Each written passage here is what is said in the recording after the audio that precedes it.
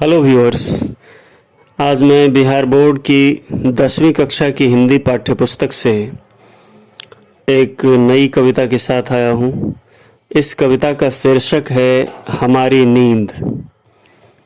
इसके कवि वीरेन डंगवाल हैं, जिनका जन्म 5 अगस्त 1947 ईस्वी को कीर्तिनगर टिहरी गढ़वाल उत्तरांचल में हुआ। वीरेन डंगवाल समकालीन दौर के कवि हैं और इनकी 2 प्रमुख काव्य रचनाएं हैं, काव्य ग्रंथ हैं जिनका उल्लेख ज़रूरी है। ये दोनों किताबें हैं इसी दुनिया में और दुष्चक्र में सृष्टा। अभी हम लोग जो कविता पढ़ेंगे उसे इनकी किताब दुष्चक्र में सृष्टा से ली गई है। तो आइए हम लोग वीरेन डंगवाल की कविता हमारी नींद को समझने की कोशिश करें। कवि कहते हैं, मेरी नींद के दौरान कुछ इंच बढ़ गए पेड़।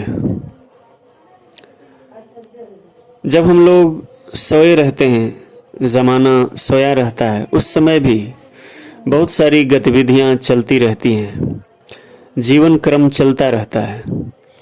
बहुत सारी ऐसी चीज़ें घटित होती रहती हैं जिन पर हमारा ध्यान नहीं जाता। कवि ने उन चीज़ों के प्रति हमारे ध्यान को आकृष्ट किया है। कवि कहते हैं, मेरी नींद के दौरान कुछ इंच बढ़ गए पेड़। स्वाभाविक है कि जब हम सोए रहते हैं उस समय भी पेड़ पौधों में प्रगति होती रहती है। कुछ सूत पौधे अंकुर ने अपने नाम मात्र कोमल सींगों से धकेलना शुरू की बीज की फूली हुई छत भीतर से, और अभी सूत के समान पौधा जो बीज के भीतर से ही निकलने की कोशिश कर रहा है, मानो उनके मूलांकुर और प्रांकुर सींग की तरह हैं, और उन सींगों से उन्होंने बीज की जो फूली हुई छत है मिट्टी के भीतर, उसे धकेलना शुरू किया है।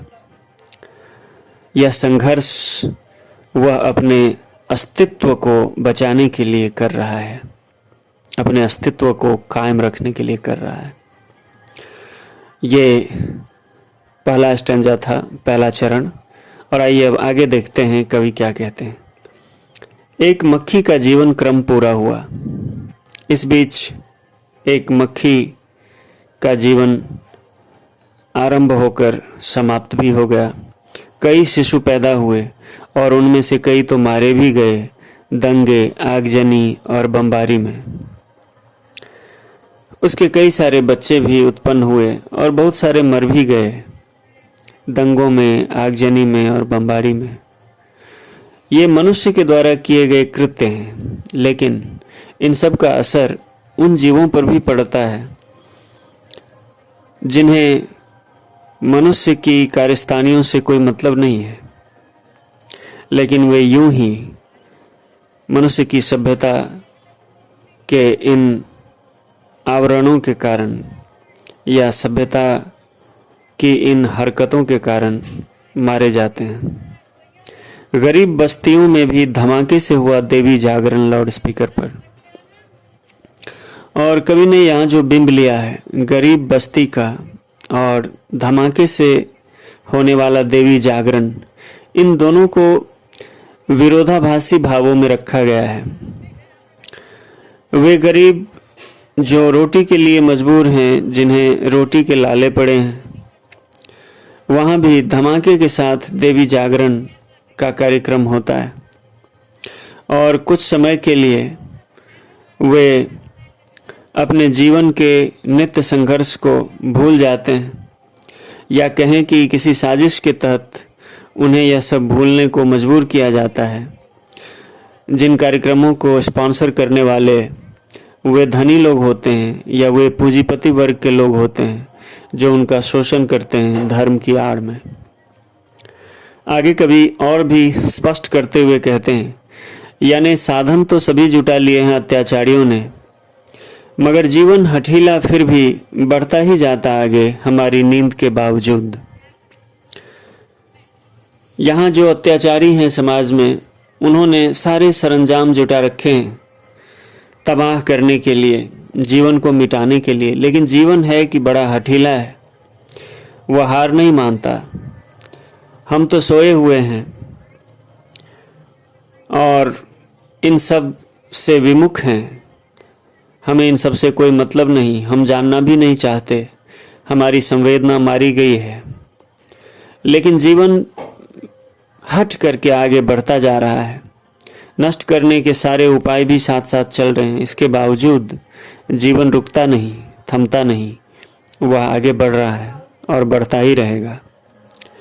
और लोग भी हैं, कई लोग हैं अभी भी जो भूले नहीं करना साफ और मजबूत इनकार। लेकिन इन सब अत्याचारियों के अलावा समाज का एक ऐसा भी वर्ग है जो इनकार करना, प्रतिकार करना भूला नहीं है और वह इन गलत हरकतों को साफ साफ मजबूत तरीके से इनकार करता है, उनकी हाँ में हाँ नहीं मिलाता।